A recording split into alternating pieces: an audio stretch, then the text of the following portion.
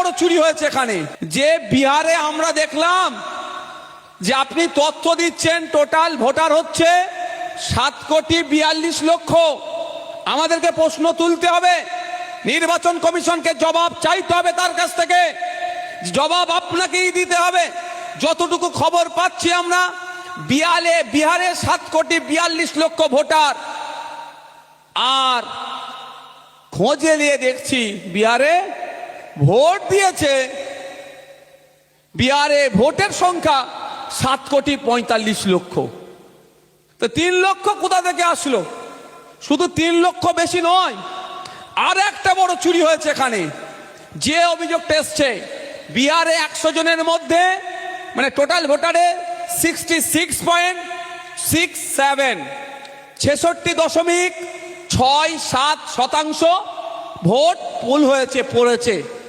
তাহলে এখানে কি দেখা যাচ্ছে, 7,42,00,000 ভোটার ভোট দিয়েছে 7,45,00,000, আর ওরা তথ্য দিচ্ছে যে ভোট কাস্ট হয়েছে, পোল হয়েছে 66.67, মানে প্রায় 2.5 কোটি ভোটার এক্সট্রা ভোট দিয়েছে।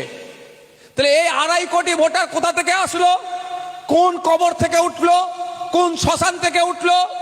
কোথা থেকে আসলো? এর জবাব কিন্তু আমরা কি করব? আমরা যেমন আমাদের ফর্ম ফিল আপ করে জমা দিচ্ছি, তার সাথে সাথে কেন্দ্রীয় যে নির্বাচন কমিশন আছে, ভারতের নির্বাচন কমিশন, তার কাছ থেকেও আমরা চাইব এর জবাব আপনাকে দিতে হবে।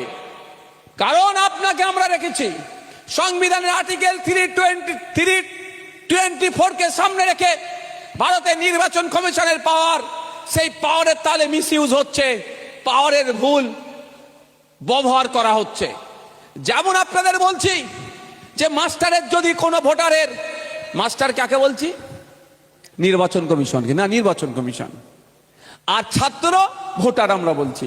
মাস্টার কোশ্চেন পাঠিয়েছে, আমরা বাধ্য ছেলের মতো উত্তর দিলাম, তো যার উত্তর নেই এখানে উত্তর ছেড়ে দিলাম। কিন্তু মাস্টার যদি আমার উত্তরপত্র নিয়ে ছেড়কারি করে, মাস্টার যদি দু চোখে দেখে, রবিউলকে একটা চোখে দেখছে আর নওশাদকে আলাদা চোখে দেখছে, রাইনুরকে একটা চোখে দেখছে আর তৌফিককে আলাদা চোখে দেখছে, তাহলে কি হবে? ছেড়ে কথা বলা হবে না, কারণ উত্তরপত্রের কপি আমার কাছে আছে। তখন তো আমি চ্যালেঞ্জে যাব যে আমিও সঠিক উত্তর দিয়েছি, রবিউলও সঠিক উত্তর দিয়েছে, 10-এ রবিউলকে আপনি 10 দিলেন, আর 10-এ আমাকে কেন 2 দিলেন? এর জন্য, বা 10-এ আপনি আমাকে খাতা কেটে দিলেন।